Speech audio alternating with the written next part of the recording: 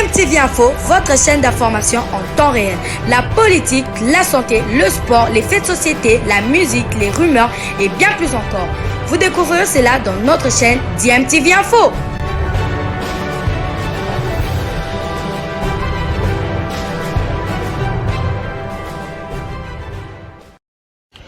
Vous êtes sur DMTV, bonjour ou bonsoir, tout dépend de l'heure à laquelle vous nous suivez. Tout plaisir est pour nous de vous retrouver, mais surtout de savoir que vous êtes nombreux en train de suivre votre chaîne YouTube DMTV. DMTV qui vous propose l'actualité, vous propose également des analyses et des réflexions sur des sujets d'actualité, sur des faits sociaux, tout simplement sur des réalités que nous observons ici chez nous en République démocratique du Congo.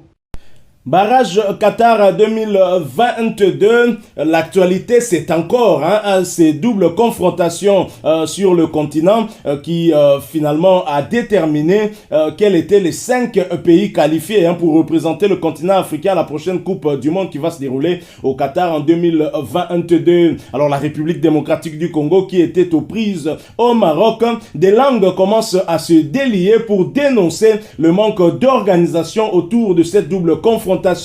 Le ministère des Sports s'étant accaparé toute l'organisation, alors même que ce ministère avait été en tout cas prévenu par la CAF des sanctions qui pourraient se suivre à la suite justement de son ingérence dans les affaires du football, son ingérence dans les affaires de la Fédération congolaise de football association. Le ministre des Sports a fait sourde oreille et Serge Nkonde s'est accaparé toute l'organisation, mettant quasiment la Fédération congolaise de football association de côté. Tenez, les Marocains par exemple, les Lions de l'Atlas du Maroc vont recevoir à chaque Lion 93 000 euros, ce qui est l'équivalent de plus ou moins 100 000 dollars américains comme prime suite à leur qualification pour la Coupe du Monde au Qatar. C'est ce qu'a annoncé la presse marocaine hier mercredi. Les protégés de Vaïd Alilozic se sont largement imposés 4-1 devant nos Léopards. C'était le mardi dernier lors du match retour des barrages de cette compétition après le nul de 1 but partout réalisé ici au stade des Martyrs à Kinshasa. Les Marocains seront à leur 6e participation à une Coupe du Monde, la 2e consécutive après celle de la Russie en 2018. C'est la 2e fois qu'ils se qualifient de la sorte après les éditions de 90 et 94. Les Congolais attendaient une 2e qualification historique à une phase finale de Coupe du Monde depuis 48 ans et c'était tout à fait possible au regard du match aller qui nous a opposé avec les Lions de l'Atlas et au regard du match retour. Nous nous sommes embrouillés nous-mêmes et Cédric Bakambu dans les audios qui circulent dans les réseaux sociaux que notre chaîne vous a proposé aussi. Cédric Bakambu s'est longuement exprimé par rapport justement au manque d'organisation autour de l'équipe, aussi bien au niveau de la fédération qu'ainsi qu'au niveau du ministère, mais également au niveau du staff technique avec un Hector Raoul Cooper qui n'écoute personne et qui fait les choses comme il le veut. J'ai comme l'impression que ce dernier en tout cas n'a pas eu le temps de bien suivre les joueurs qui évoluent à l'extérieur pour nous proposer une équipe avec les meilleurs joueurs du moment. Ce n'étaient pas les meilleurs joueurs du moment qui ont affronté le Maroc. En tout cas, le classement qu'il nous a proposé, la compo qui a débuté le match contre le Maroc à Casablanca n'était pas celle attendue, notamment par Cédric Bakambu qui s'est plaint du fait qu'un joueur comme Gaël Kakuta ne devrait pas rester sur le banc et même Paul José Mpoku. Je vous l'avais dit, avec un milieu de terrain composé que des mécaniciens, vous placez Bakambu en pointe, qu'attendez-vous de lui? Alors ce n'est pas un entraîneur très expérimenté comme Hector Raoul Cooper qui peut le faire ainsi. Alors cette expérience d'Hector Raoul Cooper, c'est peut-être les expériences des échecs parce que lui échoue toujours en finale. Et le match retour contre le Maroc était une finale pour nous Hector Raoul Cooper a brillamment échoué alors que lors de ses 7 premiers matchs dans cette compétition, il n'avait encaissé qu'un but au moins, pas en tout cas plus d'un but en un match. Et c'était 4 buts sur 7 matchs. En un seul match, Hector Raoul Cooper encaisse 4 buts, autant que sur les 7 derniers matchs avant celui-là. Hector Raoul Cooper a donc paniqué. C'est un entraîneur qui panique lors des grands rendez-vous des finales. On comprend pourquoi il a échoué en finale à 2 reprises avec Valence, le club espagnol. Et d'ailleurs, par rapport à Hector Raoul Cooper, est-ce que sa page est déjà en train d'être tournée? Le technicien argentin Hector Raoul Cooper aurait jeté l'éponge après avoir failli à sa mission, celle de qualifier la RDC pour la prochaine Coupe du Monde au Qatar 2022. Selon les informations de la presse argentine, à en croire cette presse, le sélectionneur de 66 ans sous contrat jusqu'en 2023 avec la Fédération congolaise de football association aurait refusé l'offre de renouveler et poursuivre son aventure avec le Congo. En revanche, de son côté, la FECOFA n'a rien communiqué de manière officielle quant à cette information parue dans les médias de son pays d'origine. Quels sont vos avis par rapport à cette nouvelle si jamais elle arrivait à être confirmée? Si vous voulez mon avis, moi je me dis, en tout cas au vu des échéances qui nous attendent dans les 2 mois qui arrivent, les éliminatoires de la Coupe d'Afrique Côte d'Ivoire 2023, il ne serait pas bon de recommencer encore à zéro avec un autre entraîneur quand on sait que cette fédération et le ministère prennent du temps pour se choisir un entraîneur, ce ne serait pas en tout cas bon. Mais de notre côté, si Hector Raoul Cooper démissionne, on ne va pas aussi avoir un très grand regret. Je pense que l'objectif principal qui lui a été assigné, c'était de nous qualifier pour la Coupe du Monde. C'était donc un contrat d'objectif.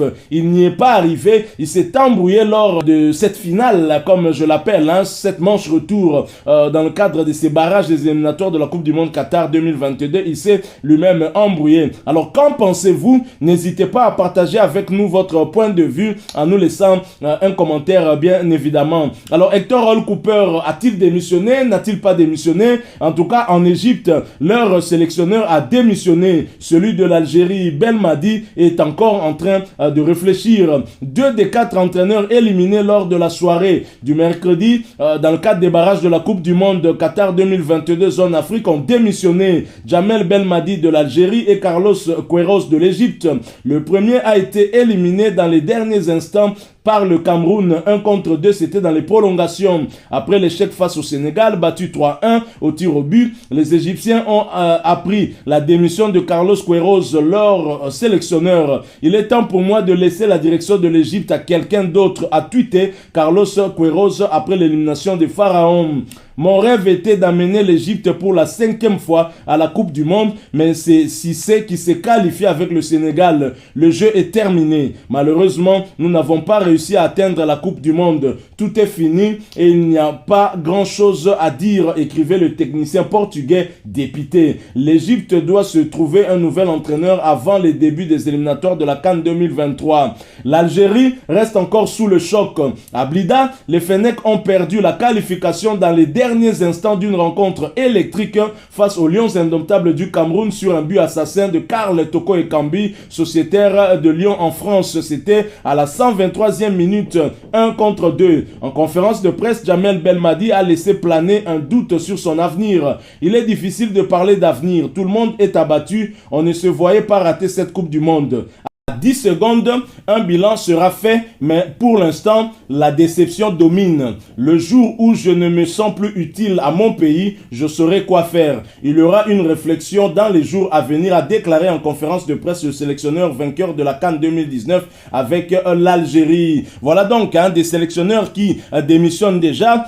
Celui de l'Égypte a démissionné. Est-ce que Hector Raoul Cooper n'envisagerait pas un retour du côté de l'Égypte? Je rappelle quand même que c'est lui qui avait qualifié l'Égypte lors de la dernière Coupe du Monde, après en tout cas autant de Coupes du Monde manquées par les Pharaons, et c'est après cette Coupe du Monde qu'il a été en tout cas mis à la porte. Les Égyptiens lui reprochant son style de jeu trop à la défensive, et les Égyptiens avaient perdu tous leurs matchs de la phase des groupes et étaient bien évidemment éliminés. Est-ce que Hector Raoul Cooper, dont le contrat court encore jusqu'en 2023, ne serait pas tenté par une aventure ailleurs? Ce serait peut-être le cas. Alors maintenant, moi je pense quand même que si on en finit avec Hector Raoul Cooper, prenez-nous un entraîneur qui pourrait échanger directement avec les joueurs. Vous prenez Hector Cooper qui s'exprime en espagnol, c'est pas mal. On a eu Otto Fischer, l'allemand, qui nous avait coaché aussi. Il y avait le Yougoslave aussi qui nous avait emmené à la Coupe du Monde. Mais avec Hector Cooper, son interprète, je le répète encore, ce Malien, avec son accent, nous met déjà en difficulté. C'est Mazé hier, vous avez joué, mais ça nous complique aussi avec avec ce genre d'accent, ça complique certainement beaucoup de joueurs et très facilement en tout cas, la déformation des propos des coupeurs est garantie dans ces conditions. Donc je crois que la fédération doit quand même mieux réfléchir, nous prendre un entraîneur beaucoup plus outillé, quitte à mettre des moyens, mais un entraîneur qui aura une vision de nous réorganiser franchement, parce que là on est très organisé, mais c'est vrai que c'est aussi au niveau politique, notamment au niveau du ministère du Sport ainsi que la fédération, que les choses doivent aussi bouger, parce que l'organisation actuelle, ce n'est pas bon. Et vous voyez un ministre qui s'implique totalement dans l'organisation, ça se fait où? C'est pas normal ça, ce n'est pas normal. On sent qu'il y a de l'intérêt, de l'argent, tout ça, des choses pareilles qui le conduisent à se comporter ainsi. Et malgré les mises en garde de la CAF, il s'est obstiné à tenir cette organisation alors qu'elle devrait être laissée à la Fédération congolaise de football association. En tout cas, en tout ce qui concerne l'équipe nationale, c'était à la charge de l'équipe nationale de la République démocratique du Congo. Voilà qui met fin à ce sujet. Si vous l'avez aimé, laissez-nous un maximum de j'aime. Merci de partager avec nous votre point de vue en nous le laissant à travers un commentaire. Abonnez-vous sur cette chaîne DMTV et n'oubliez pas d'activer la petite cloche de notification en cliquant tout simplement sur celle qui apparaîtra lorsque vous serez abonné. Encore une fois, merci à vous, avec espoir de vous retrouver bientôt dans un autre sujet d'actualité. En attendant, portez-vous bien et DMTV vous dit au revoir.